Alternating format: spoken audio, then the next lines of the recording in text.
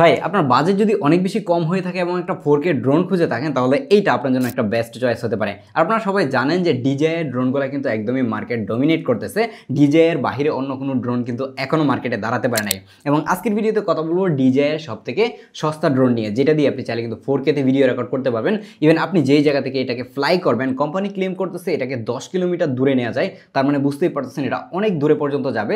এর কারণ হচ্ছে এটার সাথে একটা নতুন কন্ট্রোলার এসেছে, এই কন্ট্রোলারের নাকি অনেক বেশি পাওয়ার। সেসব ব্যাপারে তো অবশ্যই আজকের ভিডিওতে কথা হবে। তো যারা এই মুহূর্তে হচ্ছে অ্যারাউন্ড 50,000 টাকা বাজেটে একটা ড্রোন কেনার কথা চিন্তা করতেছেন, তাদেরকে বলবো যে এই ভিডিওটা কষ্ট করে সম্পূর্ণ দেখার জন্য। কারণ আপনার বাজেট যদি 50,000 টাকা হয়ে থাকে তাহলে এইটা ছাড়া অন্য কোনো অপশন নাই, এবং এইটা নিয়ে এই মুহূর্তে খুব ভালো করে জেনে বুঝে তারপরেই কেনা উচিত। কারণ DJI দেখা যায় যে 2 দিন পরে পরে নতুন নতুন মডেল নিয়ে আসে, যার কারণে কিন্তু দ্রুতই DJI এর প্রোডাক্টগুলো অনেক বেশি ব্যাকডেটেড হয়ে যায়। বাট ব্যাকডেটেড হলেও এইটা অনেক দিন ধরেই মার্কেটে আছে এবং এখনও এটা কিন্তু DJI সেল করতেছে অফিসিয়ালি। আপনি যদি একজন বিগিনার হয়ে থাকেন যে নতুন অবস্থায় ড্রোন কিনে উড়াবেন, শখের বসে ড্রোন কিনতে চান, কিংবা আপনি একটু প্রফেশনালি ইউজ করতে চান, তাহলেও কিন্তু এটা আপনাকে খুবই ভালো একটা সাপোর্ট দিবে। তো চলুন এটার আগে আনবক্সিং করে দেখি যে এটার বক্সের ভিতরে কি কি আছে। বাই দ্য ওয়ে, এটাকে আনবক্স করার আগে আরেকটা বিষয় আপনাদেরকে একটু জানিয়ে রাখি। আপনি যদি DJI এর কোনো প্রোডাক্ট কিনতে চান, লাইক ড্রোন কিংবা DJI এর মাইক্রোফোন অথবা DJI এর যে কোনো প্রোডাক্ট, তাহলে কিন্তু আপনি বেস্ট প্রাইসে পেয়ে যাবেন নিউ ক্যামেরা পার্কে। নিউ ক্যামেরা পার্কের ব্যাপারে সকল কিছু ডিটেল আমি ভিডিও নিচে ডেসক্রিপশনে অ্যাড করে রাখবো।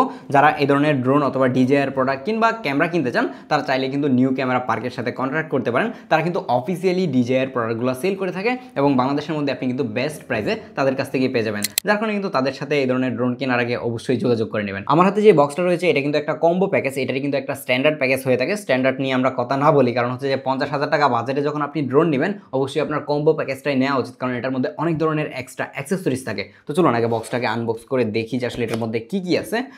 প্রথমে আমরা দেখতে পাচ্ছি যে বিশাল বড় একটা ব্যাগ দেওয়া হয়েছে, যে ব্যাগে করে আপনার ড্রোনটাকে ক্যারি করতে পারবেন। এই ব্যাগের কোয়ালিটিটা আমার কাছে অনেক বেশি ভালো লাগতেছে, খুবই প্রিমিয়াম লাগছে ব্যাগটি, এবং এই ব্যাগে করে আপনি এই ড্রোনটাকে ইচ্ছে মতো ক্যারি করতে পারবেন। ভাই থামেন, আপনি আমাদের চ্যানেলের সাবস্ক্রাইবার আর আপনি স্পেশাল কোনো ডিসকাউন্ট অথবা গিফট পাবেন না, তা তো হতে পারে না। আপনি আমাদের চ্যানেলের নাম যদি নিউ ক্যামেরা পার্কে গিয়ে বলেন, তাহলে কিন্তু আপনি এই ধরনের একটা লেক্সারের মেমোরি কার্ড ফ্রিতেই পেয়ে যাবেন। শুধুমাত্র নাম বললেই হবে না, অবশ্যই একটা ড্রোন কিনতে হবে। আর স্পেশালি কিন্তু DJI মিনি 4K যে ড্রোনটা রয়েছে সেটা কিনলেই আপনি এই ধরনের ডিসকাউন্ট পেয়ে যাবেন। সরি নিউ ক্যামেরা পার্ক, এই মেমোরি কার্ডটাকে খুলতে গিয়ে একদম বক্সের 12টা বাজায় দিছি। আর আপনারা যারা হচ্ছে যে নতুন ড্রোন কিনবেন, তারা অবশ্যই একটা ইনটেক মেমোরি কার্ড পেয়ে যাবেন। ব্যাগের জিপারটা খুললেই প্রথমে ড্রোনটি থাকছে এবং এর পাশেই থাকছে হচ্ছে এর রিমোট কন্ট্রোলার, এবং এই রিমোট কন্ট্রোলারটা কিন্তু একটা নতুন রিমোট কন্ট্রোলার। এটা হচ্ছে N1C যে রিমোট কন্ট্রোলারটা রয়েছে সেটা, এটা নিয়ে আমরা একটু পরেই কথা বলছি। এবং তার পাশে এর ব্যাটারি প্যাকটি পেয়ে যাবেন, এবং এই ব্যাটারি প্যাকের মধ্যে দেখতেই পাচ্ছেন যে 3টা ব্যাটারি কিন্তু রয়েছে। তার মানে কম্বো প্যাকেজে 3টা ব্যাটারি থাকে, এটা সবাই জানেন। তো এটাকে সাইডে রাখার পর আমরা ব্যাগের ভিতরে আরেকটা জিপার যদি খুলি, তাহলে এই জায়গায় অনেকগুলা অ্যাক্সেসরিজ পেয়ে যাবো। এটার মধ্যে এক্সট্রা অনেকগুলো প্রপেলার দেওয়া রয়েছে। যদি আপনার অ্যাক্সিডেন্ট করে এই ড্রোনের মানে পাকাগুলো ভেঙে যায়, তাহলে আপনি চাইলে কিন্তু এটা নিজে নিজে রিপ্লেস করে নিতে পারবেন। এবং এর যে স্ক্রু ড্রাইভারটা রয়েছে সেটাই কিন্তু এর বক্সের মধ্যেই রয়েছে, আপনি চাইলে নিজে নিজে সবকিছু করে ফেলতে পারবেন। এবং এটার মধ্যে এক্সট্রা অনেকগুলো কেবল রয়েছে, যেমন Type-C to Type-C cable, Type-C to lightning cable, Type-C to USB micro USB যেটা রয়েছে সেটা, এই ধরনের অনেকগুলো কেবল রয়েছে, যেগুলো দিয়ে হচ্ছে আপনার ইচ্ছে মতো আপনি যে ডিভাইস ইউজ করেন সেটার সাথে কিন্তু রিমোটটাকে কানেক্ট করতে পারবেন। যেমন অনেকেই আছে আইফোন ইউজ করে কিংবা অ্যান্ড্রয়েড ইউজ করে, অথবা অ্যান্ড্রয়েডের যে মানে ওল্ডার মডেলগুলো রয়েছে সেগুলো ইউজ করে। তো প্রত্যেকটা ডিভাইসে কিন্তু আপনি চাইলে খুব ইজিলি এই রিমোটের সাথে কানেক্ট করতে পারবেন এই কেবলগুলোর মাধ্যমে। তো এই ছিল হচ্ছে এর বক্স কন্টেন্ট। যেহেতু এটা কম্বো প্যাকেজ, যার কারণে কিন্তু এর বক্সের মধ্যে অনেকগুলো অ্যাক্সেসরিজ রয়েছে। যারা ড্রোন কিনবেন, নতুন কিনেন কিংবা পুরাতন, অথবা আপনি একদমই বিগিনার হন, সবাইকে আমি রিকমেন্ড করবো যে একটা কম্বো প্যাকেজ কেনার জন্য। কারণ যদি আপনি স্ট্যান্ডার্ড প্যাকেজ কিনেন, তাহলে সেটাতে অনেক ধরনের অ্যাক্সেসরিজ আপনি মিসিং পাবেন। যেমন হচ্ছে আপনি এই ব্যাটারি প্যাকটাই প্রথমেই পাবেন না, যে জায়গার মধ্যে শুধুমাত্র একটা ব্যাটারি থাকবে, আর যে ব্যাটারি দিয়ে খুব বেশি সময় ধরে কিন্তু আপনি ফ্লাইও করতে পারবেন না, অনেক ধরনের প্যারা খাবেন। এই সেই আমাদের কাঙ্ক্ষিত ড্রোনটি, এবং এই ড্রোনটা অনেক বেশি কিউট, এবং এই ড্রোনের সাথে হয়তোবা ম্যাক্সিমাম মানুষজনই পরিচিত। কারণ হচ্ছে DJI যে প্রথম মানে ম্যাভিক সিরিজের ড্রোনগুলো ছিল, ম্যাভিক মিনি কিংবা SE2 SE1 যেগুলো ছিল, সবগুলোর মধ্যে কিন্তু ডিজাইন এরকমই ছিল, মানে দেখতে একদমই সেম। এই যে মানে মিনি 4K যে ড্রোনটা রয়েছে সেটা বলতে পারেন মিনি 2 যেটা ছিল সেইটা, আর হচ্ছে মিনি SE যে ড্রোনটা ছিল, দুইটার একটা হাইব্রিড ভার্সন। SE যেটা, সেটা কিন্তু শুধুমাত্র 1080p ভিডিও লিমিটেড ছিল, 4K তে যাওয়া যেত না। এবং যেটা মিনি 2 ছিল সেটা কিন্তু খুব বেশি দিন মার্কেটে থাকে না, এবং এটার প্রাইসটাও কিছুটা বেশি ছিল। এবং দুইটাকে কম্বাইন করে কিন্তু এই যে মানে DJI মিনি 4K যেটা রয়েছে সেইটা আনা হয়েছে। এবং এটা আমার কাছে এই বাজেট অনুযায়ী যে ফিচারগুলো অফার করতেছে সবগুলাই অসাধারণ লেগেছে। এটার পোর্টসের কথা যদি বলি, তাহলে এটার ব্যাক সাইডে আপনি হচ্ছে যে Type-C পোর্টটা পাবেন, মানে এটাকে আপনি চাইলে কিন্তু চার্জ করতে পারবেন, অথবা এটার ফার্মওয়্যার যদি আপডেট করতে চান তাহলে কিন্তু এই Type-C দিয়ে আপডেট করতে পারবেন। এবং এর পাশে একটা SD কার্ড রয়েছে, মাইক্রো SD কার্ড, এর উপরের দিকে কিন্তু আপনাকে ব্যাটারিটা লাগাতে হবে। এবং এর নিচের দিকে যদি আসেন, তাহলে এই জায়গায় পাওয়ার বাটন পাচ্ছেন এবং এর দুইটা সেন্সর রয়েছে।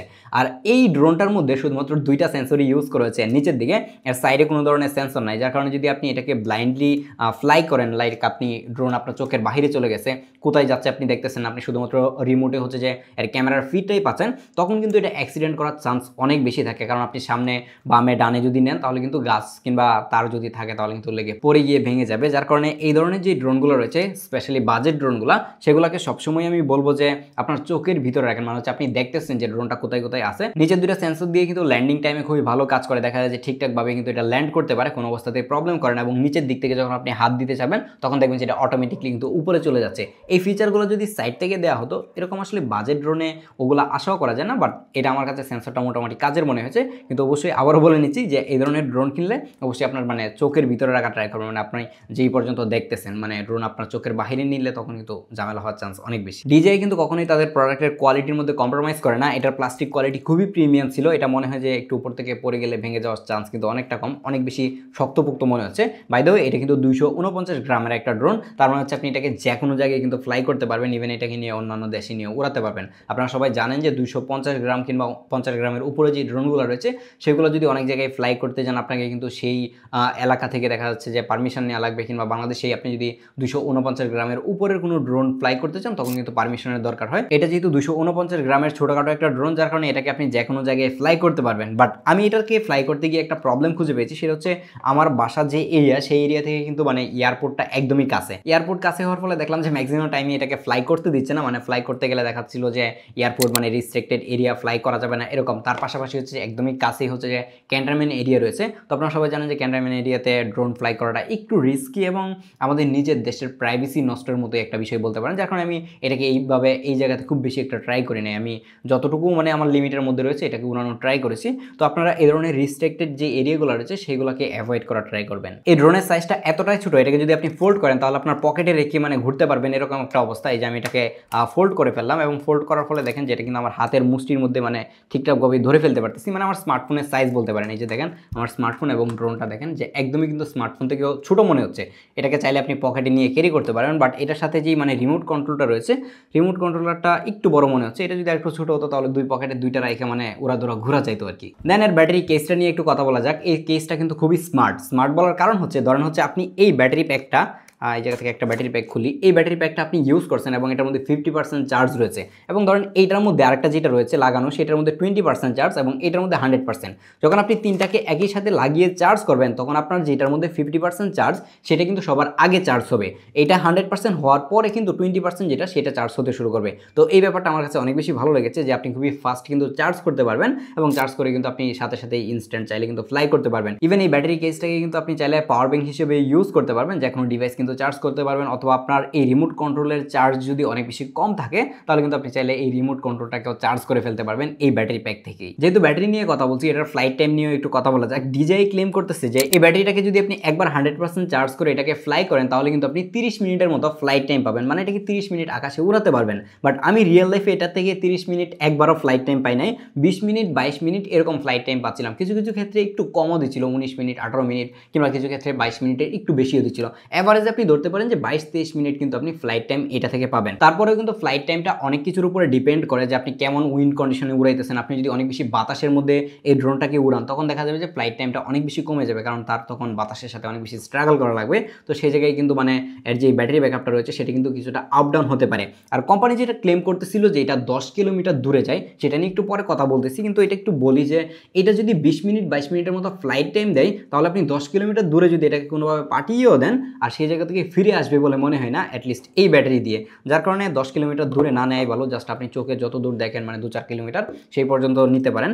আর এটা কত কিলোমিটার দূরে যাবে সেটা নিয়ে এখন একটু কথা বলা যাক। এটাকে আমি যখন নর্মালি উড়াচ্ছিলাম তখন এটা থেকে আমি 1.5 কিলোমিটার 2 কিলোমিটার এরকম খুব ভালোই ফিট পাচ্ছিলাম। আমি ম্যাক্সিমাম টাইমে হচ্ছে 1080p 60 fps উড়িয়েছি, এবং আমার যে ফিটটা রয়েছিল সেটা এই জায়গায় এনেছি, এবং আমি ম্যাক্সিমাম টাইম 1080p 60 fps উড়িয়েছি, এবং এই জায়গার মধ্যে ফিট ঠিকঠাকভাবেই ছিল। বাট DJI যেটা ক্লেম করতেছে 720p 30 fps যখন আপনি রাখবেন তখন কিন্তু ভিডিও ফিটটা আপনি 10 কিলোমিটার দূর থেকে পর্যন্ত পাবেন, এবং এটাকে আমি 10 কিলোমিটার দূরে নেওয়ার সাহস করি নাই। কারণ হচ্ছে এটা রিভিউ শেষে আমাদেরকে এটা ব্যাক দিতে হবে, এবং আমি চাই না যে টাকা পকেট থেকে ভরে জরিমানা দিই, কারণ হচ্ছে এটা 10 কিলোমিটার দূরে গেলে আমি শিওর যেটা হারায় যাবে।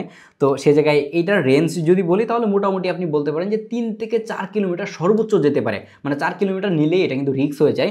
আপনি 3 কিলোমিটারের মধ্যে রাখা ট্রাই করবেন তাহলে কিন্তু ভালো ফুটেজ পাবেন। তারপরে যদি আপনার মনে হয় যে এই ড্রোনের উপরে মায়া দয় আপনি ছেড়ে দিয়েছেন, এটাকে আরেকটু বেশি দূরে নিতে চান, তাহলে আপনি চাইলে আরেকটু বেশি দূরে নিতে পারেন, বাট এটা ফিরে আসবে কিনা সেটার কনফার্মেশন এখন দিতে পারছি না। নাও কথা বলা যাক এটার ভিডিও কোয়ালিটি নিয়ে। একটা ড্রোন যত দূরেই যাক, যতই স্টেবল হোক, যদি ভিডিও কোয়ালিটি ভালো না হয় তাহলে এই ড্রোন উড়ানোর থেকে ঘুড়ি উড়ানো ভালো। এবং এই ড্রোনের ভিডিও কোয়ালিটি অসাধারণ ছিল।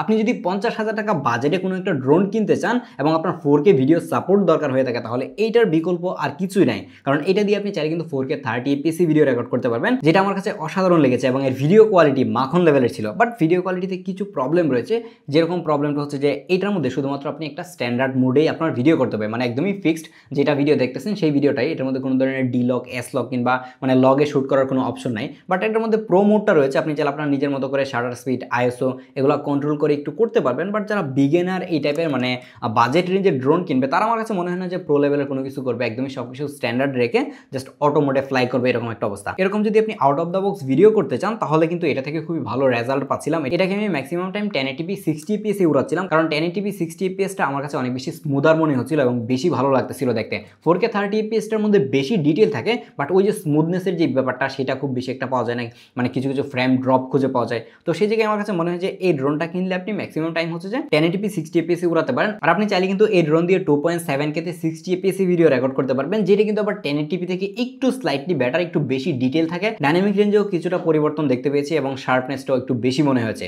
তো আপনারা যারা হচ্ছে 1080p নিয়ে মানে খুব বেশি একটা সন্তুষ্ট না, তারা চাইলে কিন্তু 2.7K টা ট্রাই করতে পারেন। বাট আমার কাছে 1080p 60 fps টাই এনাফ মনে হয়েছে। বাজেট অনুযায়ী ঠিকঠাকই ছিল ভিডিও কোয়ালিটি। ভিডিও কোয়ালিটি নিয়ে কমপ্লেন করার সুযোগ কিন্তু এই জায়গায় নাই। বাই দ্য ওয়ে, এর যে গিম্বেলটা রয়েছে সেটা কিন্তু একটা 3 অ্যাক্সেস গিম্বেল, যার কারণে কিন্তু খুবই স্টেবল ভিডিও পাচ্ছিলাম। অনেক বেশি মানে বাতাসের মধ্যেও আমি এই ড্রোনটাকে ফ্লাই করে দেখেছি যে খুবই স্টেবল ভিডিও দিতে পারতেছিল। ভিডিওতে খুব বেশি একটা মানে শেকিনেস কিংবা জাকি, জিটারি এ ধরনের কোনো প্রবলেম আমি পাই নাই। একদমই স্টেবল ভিডিও ছিল। অনেক বেশি উপরে উঠে গেলে দেখা যাচ্ছিল যে মাঝে মাঝে কিছুটা মানে ফ্রেম ড্রপ দেখতে পেয়েছি কিংবা একটু মানে শেক করে, বাট এটা ভিডিওতে খুব বেশি একটা কিন্তু বোঝা যায় না। এটা DJI এর একটা বাজেট ড্রোন হলেও এটার মধ্যে কিন্তু অনেকগুলা কুইক শট রয়েছে, যেগুলো দিয়ে কিন্তু আপনি অনেক সুন্দর সুন্দর ভিডিও নিতে পারবেন। যারা একদমই বিগিনার রয়েছেন, ড্রোন উড়াতে খুব বেশি জানেন না, এটার মধ্যে অনেকগুলা কুইক শট রয়েছে, যেমন হচ্ছে রকেট, ড্রোনি, সার্কেল, হাইলাইটস এই ধরনের অনেকগুলা কুইক শট রয়েছে, যেগুলো দিয়ে আপনি চাইলে কিন্তু অনেক সুন্দর ভিডিও করে ফেলতে পারবেন। এবং আমি এই শটগুলো নিয়ে দেখছিলাম যে খুবই ভালো কিন্তু কাজ করে, খুব বেশি একটা ঝামেলা করে না। বাট এই ধরনের শট নেওয়ার ক্ষেত্রে একটু কেয়ারফুল থাকবেন। এই ড্রোনের ক্ষেত্রে যখন আপনি সার্কেল শটটা নেবেন তখন দেখা যায় যে এটা কিন্তু এইভাবে ঘুরতে থাকে। সাবজেক্টের চারপাশ দিয়ে যখন এইভাবে ঘুরবে তখন কিন্তু এটা সাইডে কোনো ধরনের সেন্সর নাই। যদি সাইডে কোনো ধরনের দেয়াল কিংবা গাছপালা থাকে সেগুলোতে কিন্তু বেঁধে নষ্ট হয়ে যাওয়া কিংবা পরে ভেঙে যাওয়ার চান্স অনেক বেশি থাকে। তো এই ব্যাপারটা একটু মাথায় রাখবেন। শুরুতে আপনাদেরকে রিমোট কন্ট্রোলারটা নিয়ে বলছিলাম যে এটার মধ্যে একটা নতুন রিমোট কন্ট্রোলার দেওয়া হয়েছে। এর আগে যে মিনি এসি ছিল এবং মিনি 2 ছিল, সেটার মধ্যে যে রিমোট কন্ট্রোলারটা ইউজ করা হয়েছিল সেটা হচ্ছে N1, এবং এটা কিন্তু N1C যে নতুন রিমোট কন্ট্রোলারটা রয়েছে সেটা। এবং এইটার কারণেই হচ্ছে যে তারা ক্লেম করতেছে 10 কিলোমিটার পর্যন্ত এটার মধ্যে ফিট ঠিকঠাক মতো দেয়, এবং 10 কিলোমিটার পাওয়া যায় না সেটা নিয়ে একটু আগেই কথা বললাম। বাট এটা এর আগের যে প্রিভিয়াস জেনারেশনগুলো ছিল সেগুলো থেকে কিন্তু অনেক ভালো স্ট্রং কানেক্টিভিটি রাখতে পারে, এবং দেখলাম যে অনেক দূরে যাওয়ার পরেও এর যে ভিডিও ফিডটা রয়েছে সেটা খুব ভালোভাবেই কিন্তু দিতে পারতেছিল, কোনো অবস্থাতেই প্রবলেম ফেস করে না এখন পর্যন্ত। এই রিমোট কন্ট্রোলারটাকে যদি আপনি একবার ফুল চার্জ করেন তাহলে কিন্তু আপনি 6 বার ফ্লাই করতে পারবেন। তার মানে হচ্ছে এর যে কম্বো প্যাকেজটা 3টা ব্যাটারি রয়েছে, এই 3টা ব্যাটারিকে আপনি একবার শেষ করে আরেকবার চার্জ করে শেষ করতে পারবেন।